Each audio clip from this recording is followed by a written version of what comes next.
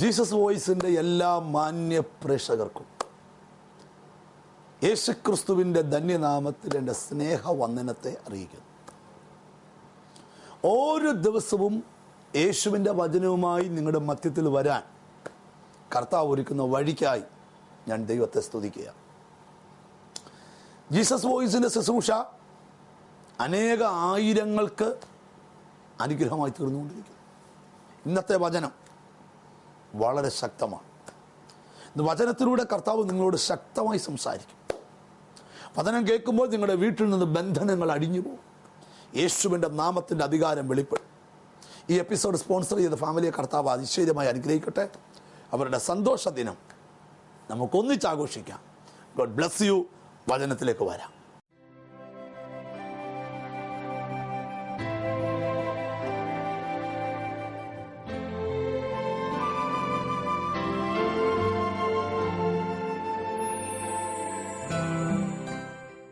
ലോകത്ത് ലക്ഷക്കണക്കിന് ദൈവം സൃഷ്ടിച്ച മനുഷ്യരുണ്ട്. അവരെല്ലാം ദൈവത്തിൻ്റെ സൃഷ്ടിയാണ്. എന്നാൽ മക്കൾ ആരാന്നറിയാമോ? അവനെ കൈക്കൊണ്ട് അവൻ്റെ നാമത്തിൽ വിശ്വസിക്കുന്ന ഏവർക്കും ദൈവ മക്കളാകാൻ അവൻ അധികാരം കൊടുത്തു. ഒരു കാര്യം, അവൻ്റെ മക്കൾ കൈ ഉയർത്തി ഒരു ഹല്ലേലൂയ പറഞ്ഞാട്ട്. മക്കൾ എന്ന പദവി എന്ന് പറഞ്ഞാൽ അപ്പൻ്റെ സ്വത്തിന് മുഴുവൻ ഉടമസ്ഥരാണ് മക്കൾ എന്ന് പറഞ്ഞാൽ. ഇവിടെ ഇരിക്കുന്നവരാരും ദരിദ്രരല്ല, ശൂന്യരല്ല.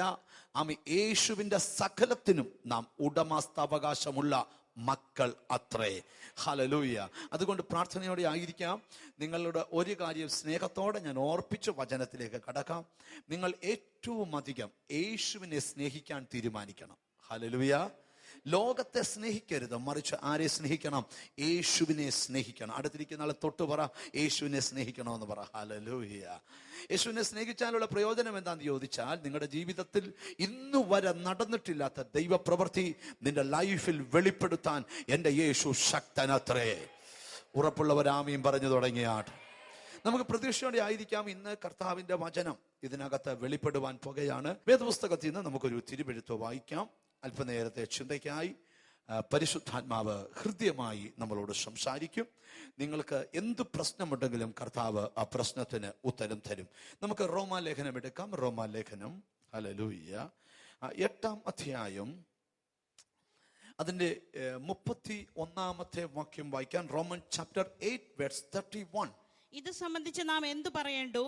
ദൈവം നമുക്ക് അനുകൂലമെങ്കിൽ നമുക്ക് പ്രതികൂലം ആർ? വേദപുസ്തകം പറയുന്നു, യേശു നമുക്ക് അനുകൂലമെങ്കിൽ നമുക്ക് പ്രതികൂലം ആർ? എല്ലാ കണ്ണും അടച്ചാട്ട് പരിശുദ്ധാത്മാവ് പറയുക, ഇന്ന് ഇവിടെ വന്ന ചിലർക്ക് യേശു അനുകൂലമായി ഇറങ്ങാൻ പോകുകയാണ് എന്ന് പറഞ്ഞാൽ, നിന്റെ ജീവിതത്തിൽ കഴിഞ്ഞ നാളുകളിൽ വന്ന തിക്ത അനുഭവങ്ങളുടെ നടുവിൽ കർത്താവ് പറയാ, ഞാൻ നിനക്ക് അനുകൂലമായി നിൽക്കാൻ പോകുകയാ. ഇന്ന് നീ വീട്ടിൽ ചെല്ലുമ്പോൾ നിന്റെ വീടിൻ്റെ അന്തരീക്ഷത്തിന് മാറ്റമുണ്ടാകും, നിന്റെ സന്തതിയുടെ ഫ്യൂച്ചറിന് മാറ്റമുണ്ടാകും. എന്താ കാര്യം? യേശു നിനക്ക് അനുകൂലമായി വെളിപ്പെടാൻ പോകുകയാ. എല്ലാവരും ഒരു നിമിഷം വായികൾ തുറന്ന് ദൈവത്തോട് പ്രാർത്ഥിച്ചേ, കർത്താവേ അങ്ങ് എനിക്ക് അനുകൂലമാകണം. നിങ്ങൾക്ക് നിങ്ങളുടെ സ്നേഹിതർ നിങ്ങൾക്ക് എതിരാകാം, നിങ്ങളുടെ ദേശക്കാർ നിങ്ങൾക്ക് എതിരാകാം, നിങ്ങളുടെ ചാർച്ചക്കാർ നിങ്ങൾക്ക് എതിരാകാം, ആരും നിങ്ങൾക്ക് എതിരായിക്കൊള്ളട്ടെ. പക്ഷെ അവൻ അനുകൂലമായാൽ നിന്റെ ശത്രുക്കളെ അവൻ നിന്നോട് നിരപ്പിക്കും. അവന്റെ ശത്രുക്കളെ നിന്നോട് അവൻ ചേർത്ത് നിർത്തും. 1-2 മിനിറ്റുകൾ വായികൾ തുറന്ന് പ്രാർത്ഥിച്ചാട്ട് എന്നോട് കർത്താവ് പറയുക, ഈ ആഴ്ചകളിൽ, ഈ മാസങ്ങളിൽ, ഈ 2013 യേശു നിങ്ങൾക്ക് അനുകൂലം എന്ന് ചിലർ നോക്കി നിൽക്കെ തന്നെ കർത്താവ് വെളിപ്പെടുത്തി തരാൻ പോകുകയാ. 1-2 മിനിറ്റുകൾ പ്രാർത്ഥിക്കാൻ തയ്യാറായിക്കേ. യേശുവിൻ അധികാരമുള്ള നാമത്തിൽ രോഗം നിന്റെ ജീവനെ കൊണ്ടുപോകുമെന്ന് പറയുമ്പോൾ വിളിച്ചു പറയണം, യേശു അനുകൂലമത്രേ, യേശു അനുകൂലമത്രേ. യേശുവിന്റെ നാമത്തിൽ, യേശുവിന്റെ നാമത്തിൽ, യേശുവിന്റെ നാമത്തിൽ. In the name of Jesus, in the name of Jesus, in the name of Jesus, യേശുവിന്റെ നാമത്തിൽ. ഓ താങ്ക് യു ഹോളി സ്പിരിറ്റ്. നിന്റെ ജോലി സ്ഥലത്ത് യേശു നിനക്ക് അനുകൂലമാണ്. നിന്റെ സാമ്പത്തിക തലത്തിൽ യേശു നിനക്ക് അനുകൂലമാണ്. നിന്റെ കുഞ്ഞിന്റെ വിദ്യാഭ്യാസ തലത്തിൽ യേശു നിനക്ക് അനുകൂലമാണ്. ആരൊക്കെ നിനക്ക് പ്രതിസന്ധിയായി എഴുന്നേറ്റാലും നീ ഇന്ന് പകൽ വിളിച്ചു പറയണം, യേശു എനിക്ക് അനുകൂലമത്രേ. ഇപ്പോൾ തന്നെ അത്ഭുതങ്ങൾ ആരംഭിക്കുകയാത്രേ. ഇപ്പോൾ തന്നെ അത്ഭുതങ്ങൾ ആരംഭിക്കുകയാത്രേ. കൈനീട്ടി പിടിക്കാവുന്ന ദൂരത്തിൽ ദൈവത്തിന്റെ നന്മകളെ ഇന്ന് പകൽ നിനക്ക് കൺമുമ്പിൽ കൊണ്ടുതരാൻ എൻ്റെ കർത്താവ് ശക്തനാത്രേ. ഞങ്ങളുടെ ദൈവമേ, സ്വർഗസ്ഥ പിതാവേ, അങ്ങ് ഞങ്ങൾക്ക് അനുകൂലമെന്ന് ഞങ്ങൾ കേട്ടല്ലോ.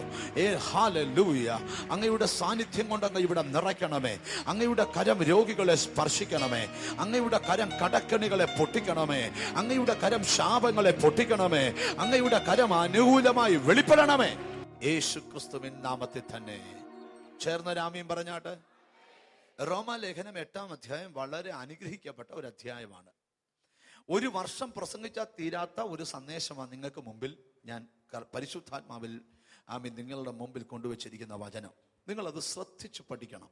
ഹല്ലേലൂയ. ഇച്ചിരി കഴിയുമ്പോൾ ഈ അന്തരീക്ഷം എല്ലാം മാറും. ഇതിനകത്ത് തന്നെ ദൈവം നിങ്ങൾക്ക് അനുകൂലമാണെന്ന് കർത്താവ് തെളിയിക്കും.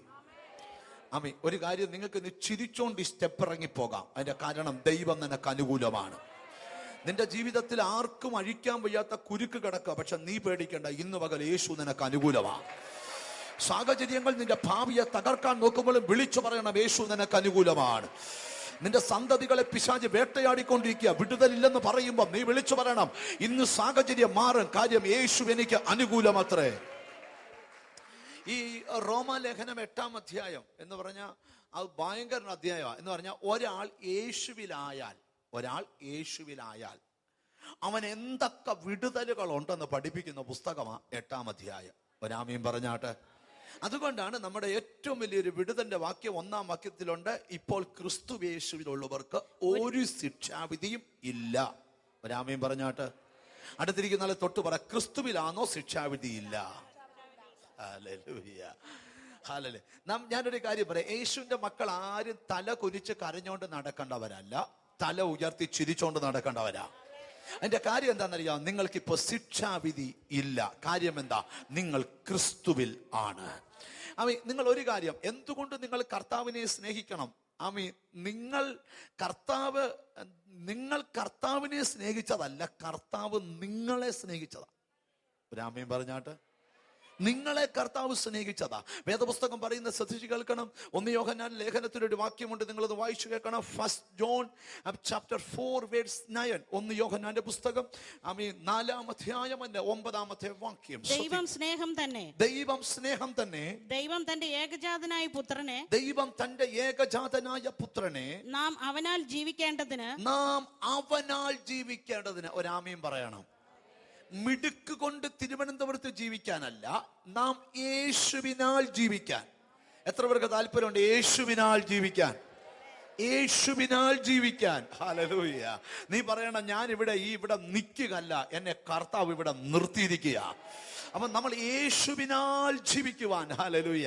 ദൈവം തന്റെ പുത്രനെ ഭൂമിയിൽ വിട്ടത് എന്തിനാണെന്നറിയാമോ? നിങ്ങൾ ക്രൂശ് കാണുമ്പോ കരയാനല്ല ദൈവം തന്നെ പുത്രനെ ഭൂമി വിട്ടത്, അവനാൽ ഈ ഭൂമിയിൽ ജീവിക്കുവാൻ അത്രേ. എന്ന് പറഞ്ഞാൽ മനസ്സിലായോ? ഒരുത്തർക്കും തകർക്കാനൊക്കാത്തൊരു നാമം നമുക്ക് തന്നിട്ടുണ്ട്. നാമം ഏതാണെന്നറിയാമോ? യേശുവിന്റെ നാമം അത്രേ. ഒരു ഹല്ലേലൂയ പറഞ്ഞാട്ട്. പിശാച് പേടിക്കുന്ന ഒരു ഒറ്റ നാമമുണ്ടെങ്കിൽ അത് യേശുവിന്റെ നാമമാണ്. ശത്രുവിന്റെ ശക്തികൾ പരാജയപ്പെട്ടൊരു നാമമുണ്ടെങ്കിൽ അത് യേശുവിന്റെ നാമമാണ്. അവൻ യേശുവിന്റെ മക്കൾക്ക് മാത്രമേ ആ നാമം ആധരത്തിൽ എടുക്കാൻ പറ്റത്തുള്ളൂ. നിങ്ങളുടെ വീട്ടിൽ പ്രശ്നം കലുഷിതമാകുമ്പോൾ നിങ്ങളുടെ വീട്ടിൽ കൂടെ നിങ്ങൾ നടന്നുകൊണ്ട് പറയണം, യേശുവിന്റെ നാമത്തിൽ വിടുതൽ സംഭവിക്കട്ടെ, യേശുവിന്റെ നാമത്തിൽ അത്ഭുതം സംഭവിക്കട്ടെ, യേശുവിന്റെ നാമത്തിൽ ജയം സംഭവിക്കട്ടെ. ഒരാമീൻ പറഞ്ഞാട്ടെ. ഒരാമീൻ പറഞ്ഞു തുടങ്ങിയാട്ട്. ഞാൻ എന്തിനാ ഇത് നിന്നോട് പറഞ്ഞു? ഈ നാമത്തെ തകർക്കാൻ പ്രപഞ്ചത്തിൽ ഒരു ശക്തിക്കും പറ്റത്തില്ല. ഉറപ്പുണ്ട്? ഹല്ലേലൂയ പറ. നീ ആശ്രയിച്ചിരിക്കുന്ന നാമം ശക്തമത്രേ.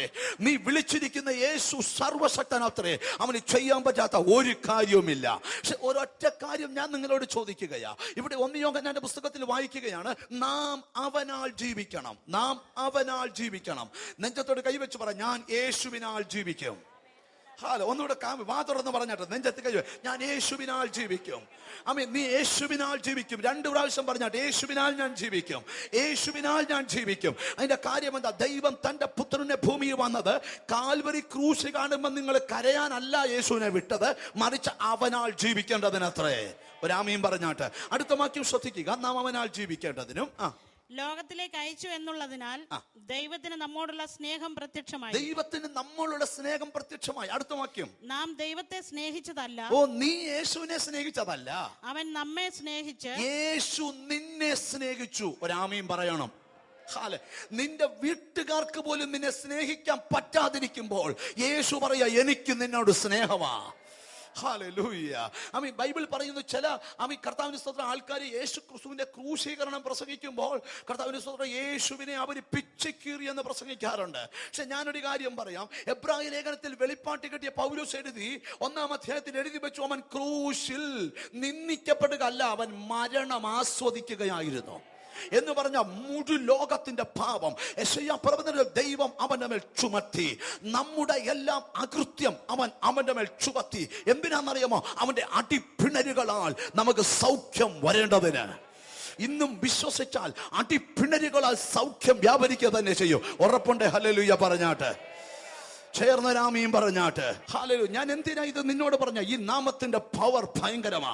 എന്നോട് കർത്താവ് പറയാ, ഇന്നിവിടെ വന്ന നിന്നോടാ ദൂത്. ദൈവം നിനക്ക് അനുകൂലമായി ഇറങ്ങി നിൽക്കുക. ഇന്നുവരെ വെളിപ്പെടാത്ത ചിലത് നിന്റെ സന്തതികൾ വെളിപ്പെടുവാൻ, നിന്റെ കുടുംബത്തിനകത്ത് വെളിപ്പെടാൻ യേശു അനുകൂലമായി. ഹല്ലേലൂയ.